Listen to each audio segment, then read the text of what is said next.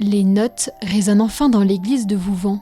Pour son inauguration, 5 organistes ont été appelés pour jouer, dont le célèbre organiste de la cathédrale Notre-Dame de Paris, Philippe Lefebvre. Je suis orphelin depuis 2 ans maintenant, dans l'attente de, on va dire, la restauration et la résurrection de Notre-Dame. Et mon métier étant de jouer de l'orgue, eh bien je fais aussi bien entendu des concerts. Et donc c'est toujours beaucoup d'émotion d'avoir le privilège d'être dans les premiers à faire entendre l'instrument dans le lieu pour lequel il a été construit, puisque chaque orgue est unique et construit spécialement pour un lieu, pour une acoustique, et c'est ça qui est tout à fait particulier, à la différence du piano, qui sont souvent construits d'une manière industrielle. Eh bien les orgues, ça reste effectivement un artisanat d'un métier d'art. Un artisanat d'art qui aura demandé 3 ans de construction et de conception, un temps long, car chaque orgue doit être adapté à son église.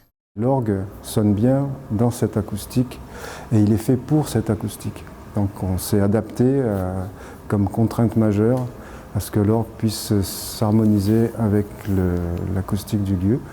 L'opération aura coûté 423 000 €. 85% de ces financements proviennent de dons. En plus des Vouvantais, Vendéens et Français, d'autres nationalités ont participé, des Belges, Allemands, Italiens, Américains ou encore Hongkongais. Une aventure qui permettra d'animer le village de Vouvant.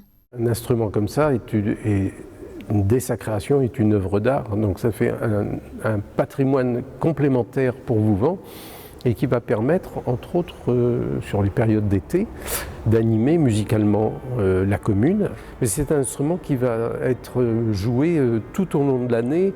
On pourra l'entendre en janvier dès les folles journées de Nantes en région, à partir du printemps, festival d'orgue d'été, les journées du patrimoine, la fête de la musique. Ça va faire à peu près une 20aine de concerts. Avec ces concerts, les amateurs de musique pourront profiter de cet orgue tout neuf dans une église pourtant âgée de plus de 1000 ans.